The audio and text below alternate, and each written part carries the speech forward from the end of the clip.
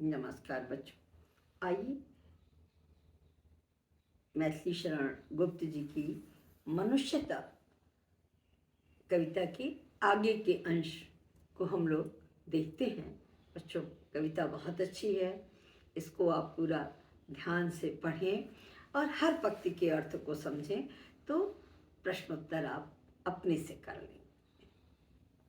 रहो न भूल के कभी मदांध तुच्छ वित्त में, रहो न भूल कर कभी मदांध तुच्छ वित्त में, सनाथ जान आपको करो न गर्व चित्त में, सनाथ जान आपको करो न गर्व चित्त में, अनाथ कौन है यहाँ, अनाथ कौन है यहाँ, त्रिलोकनाथ साथ हैं, दयालु दीन बंधु के बड़े विशाल हाथ हैं। अतीव भाग्यहीन है अधीर भाव जो धरे, वही मनुष्य है कि जो मनुष्य के लिए मरे। बेटा, यहाँ कह रहे हैं गुप्त जी कि घमंड नहीं करना चाहिए, वो भी धन का घमंड कभी नहीं करो। रहो न भूल के कभी मदांध, मद माने नशा होता है बेटा, अंध माने अंधा। मद नशे में अंधे मत हो, किसमें तुच्छ छोटे से वित्त माने धन, धन हो जाने पर मदांध मत हो, नशे में मत रहो, उसका घमंड मत करो। रहो न भूल कर कभी मदांध तुच्छ वित्त में, भूल करके भी धन का घमंड मत करो। क्या कहते हैं? सनाथ जान आपको करो न गर्व चित्त में, अपने को सनाथ कि मैं बहुत शक्तिशाली हूँ, धन आने पर बेटा घमंड हो जाता है लोगों को।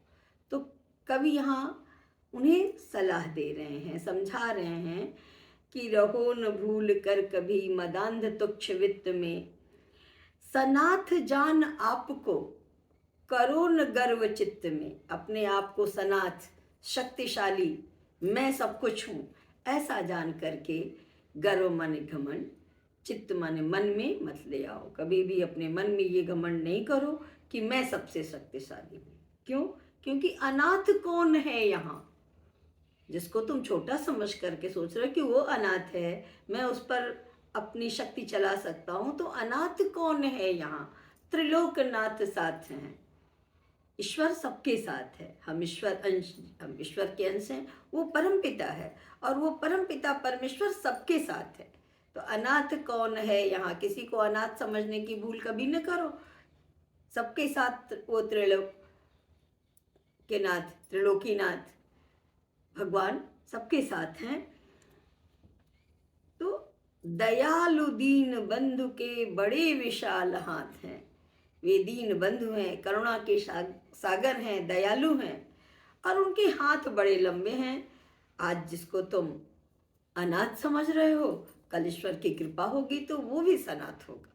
इसलिए किसी को दबाने की कोशिश, किसी का शोषण मत करो, घमंड मत करो। शक्ति आने पर, धन की शक्ति, शरीर की शक्ति, कैसी भी शक्ति आती है तो उसका घमंड करके किसी का शोषण मत करो, सबका परोपकार करो, ये कहना चाहते हैं।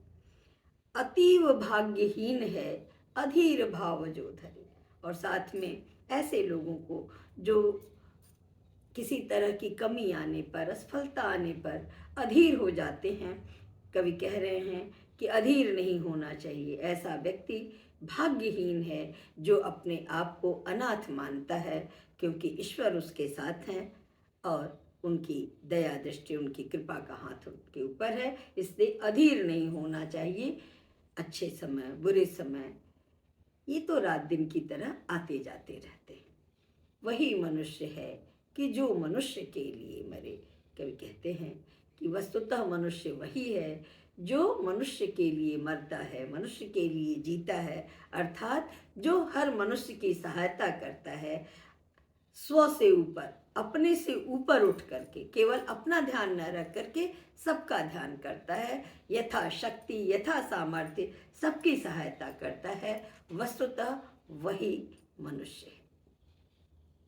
इस तरह बच्चों इस कविता के अर्थ को लिखें। और प्रश्नोत्तर आता है कि अनाथ कौन है यहाँ, त्रिलोकनाथ साथ हैं या दयालु दीन बंधु के बड़े विशाल हाथ हैं।